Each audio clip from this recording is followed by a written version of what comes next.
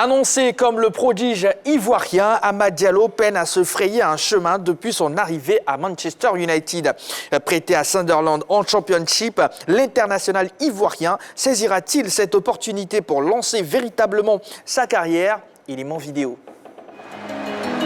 De retour de près de Glasgow Rangers en Écosse, Amad Diallo repart pour un autre tour, cette fois à Sunderland en Championship anglais, où le prodige ivoirien a été prêté hier par Manchester United. En manque de temps de jeu depuis son arrivée à Old Trafford, le joueur de 20 ans arrive en effet chez les Black Cats, sous forme de prêt sans option d'achat. Annoncé comme un grand espoir du football ivoirien, Amad Diallo peine à franchir un cap au niveau européen et prouver tout le bien qu'on espérait de lui. Eh bien, après les Rangers, Amad Diallo repart pour un nouveau prêt. Yves, est-ce que vous êtes surpris de cet autre prêt d'Amad Diallo? Aucunement. Aucunement surpris de le voir partir en prêt une seconde fois. Déjà, il ne faisait pas partie des plans de Ten Hag parce que lorsque l'entraîneur néerlandais devait prendre la tête de l'équipe de Manchester United, il avait listé un certain nombre de joueurs qu'il ne désirait pas dans son effectif, avec lesquels il ne voulait pas travailler. Il y avait Eric Bailly, il y avait lui aussi, Amad Diallo. Donc, c'était su qu'il ne resterait pas du côté de Manchester United pour cette saison. Donc, on n'est pas du tout surpris de le voir partir en prêt. Là, il part en deuxième division anglaise, notamment à Sunderland. Bon, on va dire quoi? Peut-être c'est un lot de consolation pour lui de se retrouver là-bas. Maintenant, on espère qu'il va travailler, qu'il va se battre pour obtenir d'abord une place de titulaire, ça c'est une première des choses, et puis ensuite être performant. Parce qu'il y a être titulaire et puis être performant, ça fait deux choses différentes. Vous pouvez être titulaire et puis vous ne pouvez rien montrer sur le terrain. Maintenant, quand vous êtes titulaire, il faut pouvoir marquer des buts. Ce qu'on attend de lui, c'est de marquer des buts, c'est de montrer qu'il ne va pas rester un éternel espoir du football, comme l'ont été un certain Saviola ou encore Pablo Aimar, parce que quand je vois Amad Diallo, c'est à ces deux joueurs-là que je pense, des joueurs qui sont restés des éternels espoirs, en qui on a placé beaucoup de confiance, qui malheureusement n'ont pas eu la carrière à la hauteur du talent qu'ils avaient et surtout de ce qu'on prédisait d'eux. Donc moi, aujourd'hui, je ne suis pas surpris et j'ai bien peur d'ailleurs qu'il emprunte le chemin de ces joueurs dont je viens de citer les noms tout à l'heure. Allez, on s'attendait qu'il s'installe à Manchester United. Finalement, ça ne se fait pas, ça tarde. Yellow. Alors, là, il part en prêt encore une fois. C'est un bon choix pour le moment. Vous ne pensez pas? Vaut mieux ça que de ne pas avoir de temps de jeu parce que ces prêts lui permettent d'avoir assez de temps de jeu et de s'aguerrir. Déjà, il était avec l'équipe réserve de Manchester. Là, on l'envoie à Sunderland. Pour moi, la surprise, c'est plutôt le club parce que très longtemps absent de la Première Ligue depuis 6 ans, cette équipe ne joue pas très souvent les hauts de tableau aussi en D2 actuellement, 8e au classement. Pour moi, ce n'est pas une grande équipe de la D2, mais vaut mieux avoir une place dans un club, avoir du temps de jeu, s'aguerrir et revenir plus fort du côté de Manchester. Roger? Je me suis longtemps abstenu de commenter un peu la trajectoire de ce garçon. On m'a posé la question sur le plateau, j'ai dit j'attendais un peu pour voir. Parce que oui, il y avait déjà dès le départ quelques signes d'inquiétude et on n'a pas vraiment beaucoup d'informations sur lui. Sa trajectoire est bizarre, mais elle est vraiment... Elle est compliquée, sa trajectoire. On n'y comprend rien. Il part de prêt en prêt, il n'arrive pas à s'imposer. L'équipe réserve, il va en Écosse, il revient, on le prête en deuxième division. Bon, pourtant, il semble avoir un bon pied gauche. Vraiment, on ne comprend pas ce qui arrive à ce garçon. Un bon bagage technique. Oui, c'est un peu dommage. Atalanta, Manchester United, Rangers, et maintenant Sunderland. Et maintenant Sunderland, bon, il y a quelque chose qui peut-être ne va pas chez ce garçon. Je ne sais pas quoi encore, mais il y a peut-être quelque chose qui ne va pas encore chez ce garçon. Et c'est un peu dommage parce qu'il a un pied gauche qui est très intéressant. D'accord. Eh bien, comme annoncé, vous avez la possibilité de nous appeler pour réagir sur le cas Amad Diallo, prêté à Sunderland. C'est en deuxième division du championnat anglais, donc la D2, Championship, voilà, c'est le nom de ce championnat. La carrière d'Amad Diallo peut-elle enfin décoller? Plus 225, 27, 21, 59, 93, 99. Eh bien, sur la page Facebook de la 3, Koné Pichi écrit ceci. Honnêtement, vu la difficulté l'actualité actuelle de Manchester United et la concurrence au sein de l'équipe, je pense bien que c'est une bonne destination pour lui de se relancer pour les saisons à venir. Voilà, c'est l'avis de Koné Pichi qu'on respecte beaucoup et on vous demande de nous écrire pour nous partager votre avis tout simplement. Je rappelle qu'on va parler également du cas Seko Fofana un peu plus tard dans cette émission. Comprenez-vous la prolongation de contrat de Seko Fofana au RC Lens. Même procédé, vous pouvez, vous allez pouvoir nous appeler et là vous pouvez maintenant nous laisser un message sur la page Facebook de la 3. Alors Yves, le profil typique d'un joueur anglais, d'un joueur qui va évoluer dans le championnat anglais, est-ce que vous pensez que c'est le profil d'Amad Diallo tant physiquement que techniquement? Alors, il y a des joueurs qui ont, cassé les codes. Qui ont cassé quand même les codes, qui ont réussi à s'imposer dans le championnat anglais. Mais lui, il peut s'imposer. Maintenant, tout dépend de sa volonté, de son envie de vouloir réussir dans ce championnat-là. Il semble qu'il ait un bon bagage technique. Maintenant, est-ce que physiquement, il est prêt? Est-ce que physiquement, il peut supporter la densité du football anglais, du championnat anglais? Là, on est tous d'accord, il ne peut pas, ce n'est pas sûr. Parce que 2 fois prêté par l'équipe de Manchester United, ça veut dire que physiquement, il n'a pas encore le niveau pour évoluer dans cette équipe de Manchester United et notamment pour évoluer en Premier League anglaise. La preuve, il n'est jamais prêté dans un club de Premier League, mais plutôt en Championship ou bien dans le championnat écossais. Donc cela montre tout simplement qu'aujourd'hui, Amad Diallo n'est pas encore un joueur, n'a pas encore cette envergure, ce coffre nécessaire pour évoluer en Premier League. Donc, il reste encore un éternel espoir. Et puis, pour répondre même d'ailleurs à la question, dites-moi, quel joueur qui en prêt a réussi à faire décoller sa carrière? Il est très difficile de faire décoller sa carrière lorsqu'on est toujours prêté. Je vous donne un exemple, Michy Batshuayi, le Belge. Il a toujours été prêté, il n'a jamais eu il n'a jamais vu sa carrière décoller véritablement dans les différents clubs où il est passé. Donc, ce n'est pas en étant prêté à chaque fois qu'on réussit à faire décoller sa carrière, c'est lorsqu'on est stable dans un club et qu'on a la confiance de l'entraîneur. Et l'entraîneur, j'ai envie de dire, vous place une confiance en vous, c'est ce qui vous emmène véritablement à être un joueur majeur dans un club et puis à réussir à avoir de bonnes performances. Mais là, il va aller encore subir la concurrence dans le club de Sunderland. Le championnat, la Championship a déjà commencé depuis 6 journées maintenant, si je ne me trompe pas. Ils sont 8e. Ils sont 8e. Cela veut dire que ce sera encore très difficile pour lui là-bas de pouvoir s'imposer. Bon, en tout cas, on lui souhaite bonne chance, que tout se passe bien pour lui. Diomandé Mamadou nous appelle de Sipilou. Bonsoir, monsieur Diomandé. Bonsoir, le grand JB. Vous faites bien d'être avec nous. Merci en tout cas. Bonsoir, monsieur Diomandé. Toujours la foi, c'est la meilleure scène des sports. Bonsoir à table. Bonsoir. Bonsoir. Monsieur Diomandé, on parle d'Amad Diallo, le prodige ivoirien qui peine à décoller véritablement du côté de Manchester United. Aujourd'hui, il est encore prêté à Sunderland en Championship.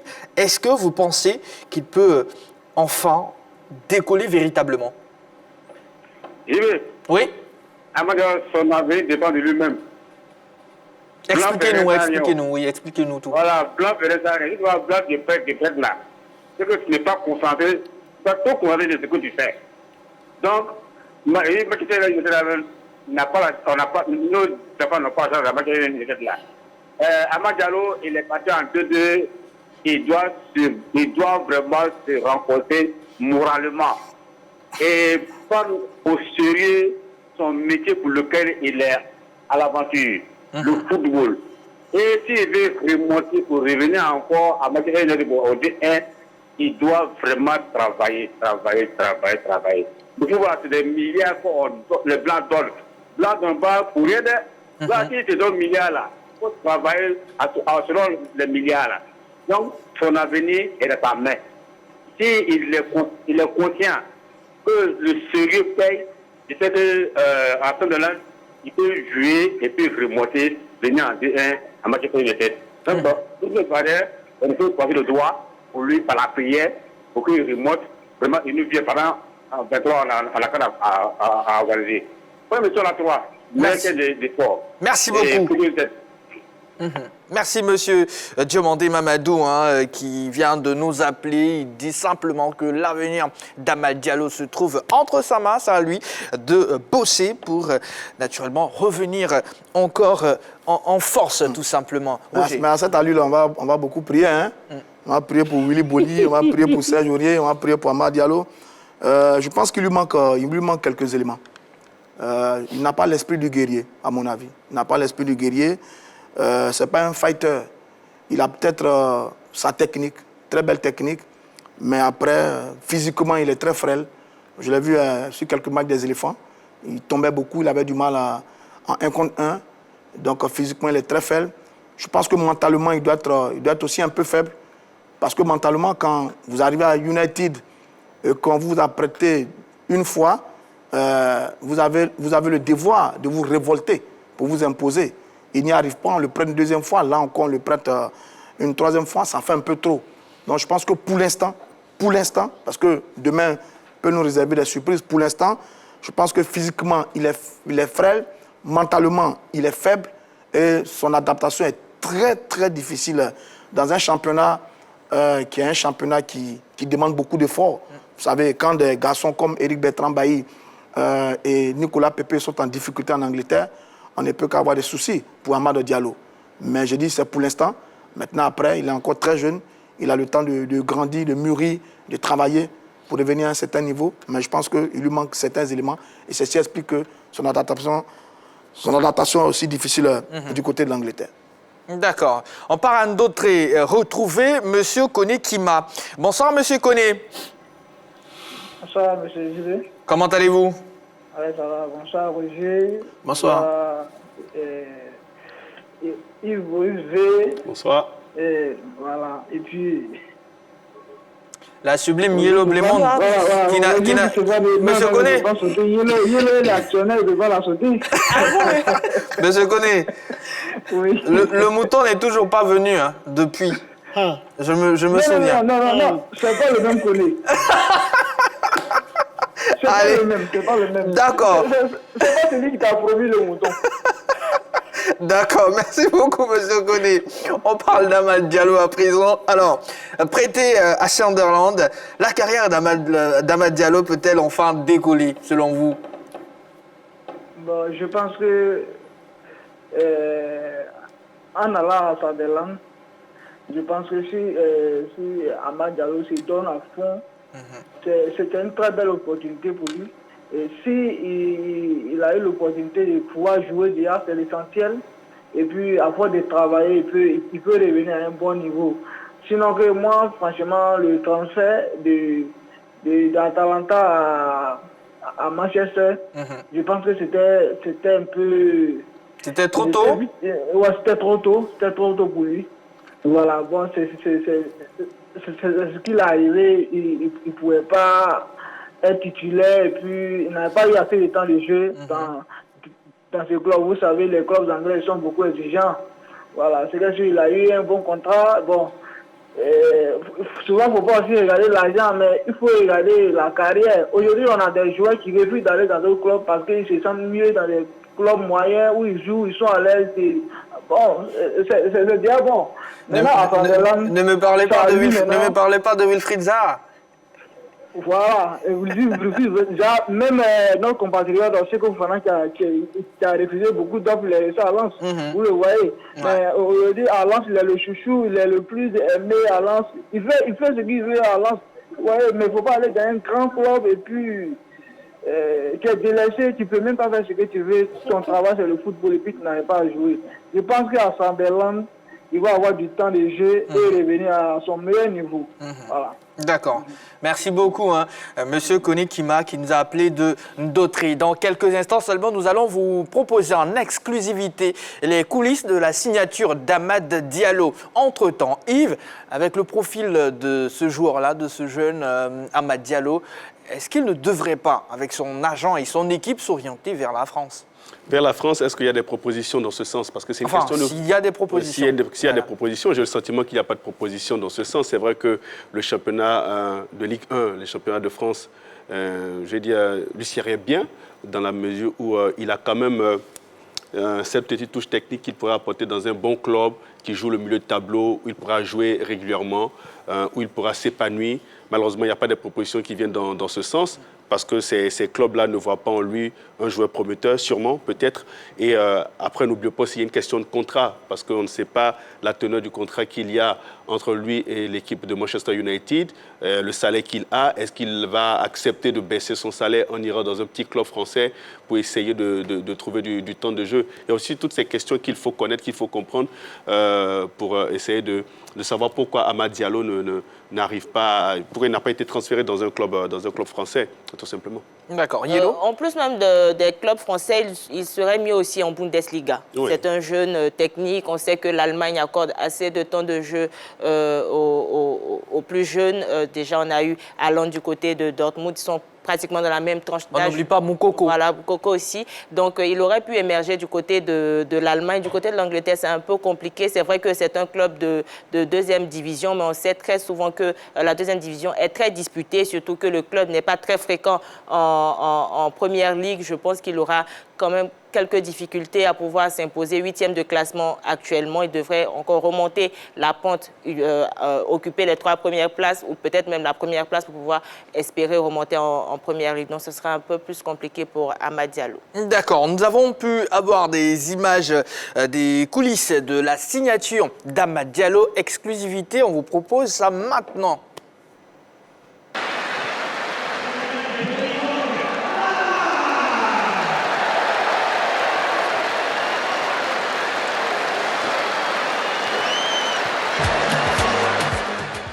En compagnie de M. Ncho, son agent. Alors, M. Koulibaly nous appelle de Korogo. Bonsoir, M. Koulibaly.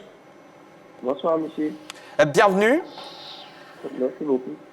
Et salut tout la table. Bonsoir. Bonsoir. Alors, parlez un peu plus fort, M. Koulibaly. Voici la question. Prêté à Sunderland, la carrière d'Amad Diallo peut-elle enfin décoller?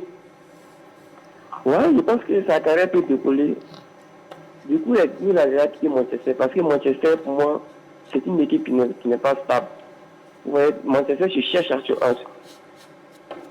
Allô? Oui, on vous écoute. Oui, j'ai dit Manchester se cherche actuellement. C'est ça. Il n'a même pas une équipe type. Donc, je pense que Amad Diallo ne peut pas évoluer dans ces conditions. C'est-à-dire Manchester actuellement ne peut pas donner la chance aux jeunes. C'est-à-dire c'est difficile parce qu'ils n'ont pas encore une stabilité par rapport à une équipe par exemple comme City ou il prend par exemple comme Liverpool. On n'oublie pas Arsenal aussi, 5 matchs, 5 victoires pour le moment. Manchester n'a pas encore cette stabilité là, par rapport à ces gros. Donc Manchester cherche d'abord la stabilité. Quand ils auront ça, ils peuvent maintenant enfiler les jeunes pour pouvoir évoluer. Donc Amad Diallo peut aller ailleurs, aller s'y chercher. Maintenant, peut-être 1 an ou 2 ans après, s'il revient que Manchester est stable, je pense que ça peut aller. D'accord. Merci beaucoup, M. Koulibaly. Alors, nous avons pu avoir une réaction sur les réseaux, la réaction d'un ancien joueur de Manchester United, Rio Ferdinand.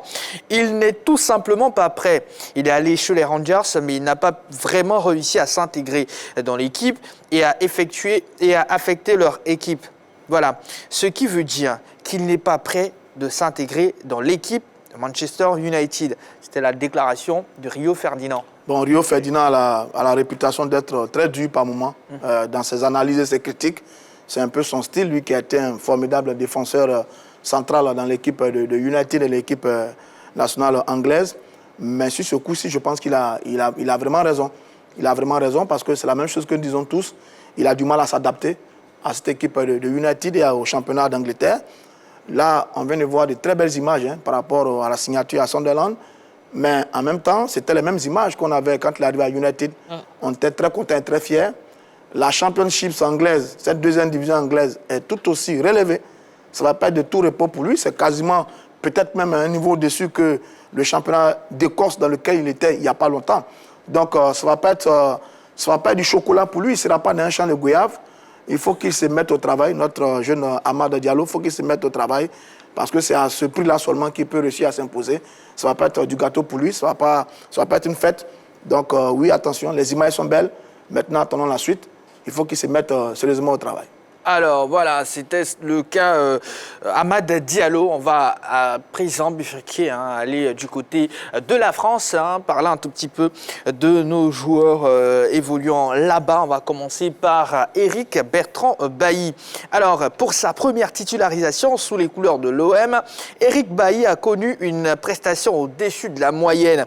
Face à Clermont, Bailly a touché à 71 ballons. Il a réussi 84% de passes, a gagné 63% de ses duels avec 3 ballons récupérés et 100% de tacles réussis. L'international ivoirien n'a commis que 2 fautes. Des statistiques qui annoncent certainement un renouveau de notre Eric Bertrand Bailly. Il était très content au micro des journalistes à la fin de la rencontre. Regarde. Vraiment, grande victoire, très importante, parce que voilà, ma première au Vélodrome, je pense que je me suis senti bien, je me suis senti chez moi, et pour moi il était très important de commencer au Vélodrome avec une victoire. Bien sûr, écoutez, j'ai eu une bonne préparation avant d'arriver ici, donc déjà j'étais prêt à mon arrivée avec mes coéquipiers qui m'ont mis vraiment dans le bain, et pour moi c'était pas aussi compliqué. Non, même pas. Après, c'est une défense à 3. Pour moi, je parlais au coach, je suis venu pour jouer, pour apporter mon expérience, que ce soit à gauche, au milieu, à droite. Mais je pense que là, le coach a préféré me mettre au milieu. Peut-être au prochain match ou dans l'avenir, je serai à gauche ou à droite. Pour moi, peu importe. Allez, c'était l'interview d'après-match d'Eric Bertrand Bailly, juste après la rencontre face à Clermont. Alors, Bailly a fait du Bailly quand il est en forme, Yves. Bailly est toujours Bailly. Quand je dis Bailly est toujours Bailly, ça veut dire que c'est un excellent joueur qui a véritablement de la qualité, mais surtout beaucoup de choses à apporter dans un club. Et du côté de l'OM, je crois que il va s'épanouir lui-même. Il a dit dans cette vidéo, il s'est senti comme chez lui. C'est sa première titularisation au Vélodrome. Il a eu de belles sensations. Il s'est bien comporté sur le terrain. On en veut pour preuve les statistiques que vous avez données tout à l'heure. C'est un Eric Bailly qui commence petit à petit à retrouver du sourire, à retrouver de la joie, parce qu'il retrouve la compétition, il retrouve le jeu. Il ne se fait pas de fixation lui-même, il a dit, sur le poste qu'on va lui confier, que ce soit à droite ou à gauche. Il a dit il est là pour jouer, il est là pour retrouver ses sensations, son niveau de jeu qu'il avait lorsqu'il était à Villarreal et lors de sa première saison du côté de Manchester United. Oui, je pense qu'à cet allure, on pourra retrouver un Eric Bailly reverdi, qui va retrouver des couleurs et puis qui va sûrement apporter un plus à cette équipe de l'OM. Je pense que l'OM a fait un très bon choix de le faire venir dans son équipe. Savoir qu'un cadre de l'équipe nationale comme Bailly retrouve du terrain, c'est une bonne nouvelle. Évidemment, vous savez, c'est le patron de la défense ivoirienne. Donc la bonne note, c'est que quand il commence à jouer, on est tous contents. Parce que quand Bailly est en forme, évidemment, la défense ivoirienne est en forme. Vous savez que Bailly, il ne parle pas beaucoup là. Donc s'il est en train de faire des interviews, ça veut dire qu'il a de la confiance, il a la joie de jouer, et ça c'est très bien. Maintenant, sur la défense à 3, quand on l'a découvert la CAN en 2015, on jouait dans une défense à 3, avec Kolo, lui et Canon. Et lui jouait sur le côté droit. Maintenant qu'il est le patron de la sélection nationale d'une défense à 3, il joue dans l'axe. Donc il est forcément à l'aise dans une défense à 3. Ce n'est pas un problème pour lui. Maintenant, il commence très bien. Le premier match, il est rentré à la 59e minute. Le deuxième match, il est titulaire. 2 matchs, 2 victoires. Bravo à Bailly qui a déjà la confiance de Tudor, le nouveau entraîneur de l'Olympique de Marseille. Et c'est très bien. Je pense qu'en Angleterre, le véritable problème qu'il avait dans la défense United, c'était des problèmes de placement. Parce que le foot anglais est très rigoureux. Je pense qu'il y a moins de rigueur en France. Donc oui, il va s'épanouir. Il a très bien commencé, qu'il continue comme ça.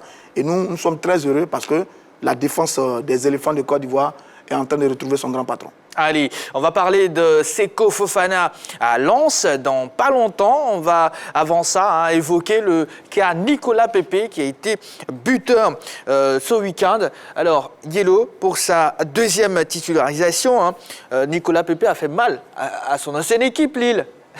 Oui, on va considérer ça comme une petite revanche sur la vie. Il revient d'un club où il n'a pas eu assez de confiance de son entraîneur, de son staff. Là, il arrive du côté de la France. On sent qu'il a envie de prouver, qu'il a envie de revenir sur le terrain, d'être tout le temps titulaire. Je pense qu'il faudrait imposer sa marque déjà dès les premiers matchs parce que le pénalty, une expérience aussi en plein axe, une expérience aussi de Nicolas Pepe. On espère qu'il continuera sur cette lancée et qu'il n'aura pas de blessures pour pouvoir entacher cette dynamique-là.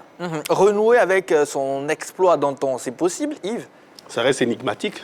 Il faut attendre. Il faut attendre. Voici un joueur qui a disputé 20 matchs en championnat. Il était beaucoup plus sur le banc que sur les terrains. Il faut le laisser retrouver ses sensations d'attaquant, ses sensations de buteur, avant de penser à le voir réaliser encore une bonne performance en Ligue 1. Il peut le faire, il peut réussir cela. Il a les qualités pour, déjà pour son deuxième match, il retrouve le chemin des filets, certes sur penalty, mais au moins il retrouve la possibilité de marquer. C'est déjà bien, c'est déjà une bonne chose pour Nicolas Pepe. Il a beaucoup souffert du côté d'Arsenal. Parfois même, il n'était même pas sur la feuille de match. Cela montre tout simplement que psychologiquement, ça vous marque, ça vous détruit un tout petit peu et vous perdez de la confiance. Il faut laisser Nicolas Pepe s'épanouir, retrouver du temps de jeu, retrouver de la compétitivité, être performant. Ça relèvera de sa volonté. Mais du temps de jeu, c'est fait maintenant. Ouais, non, là, il retrouve 2 fois titulaire. Les 2 fois titulaires, c'est déjà une bonne chose. Maintenant, après, pour le voir réussir une belle saison, ça, je me dis, il faut encore passer. C'est sur la durée. C'est sur la durée. C'est sur la durée. S'il évite, déjà, s'il n'a plus de blessures, c'est déjà une bonne chose. Il pourra réussir, pourquoi pas, à être performant. Allez, une nouvelle pause dans cette émission.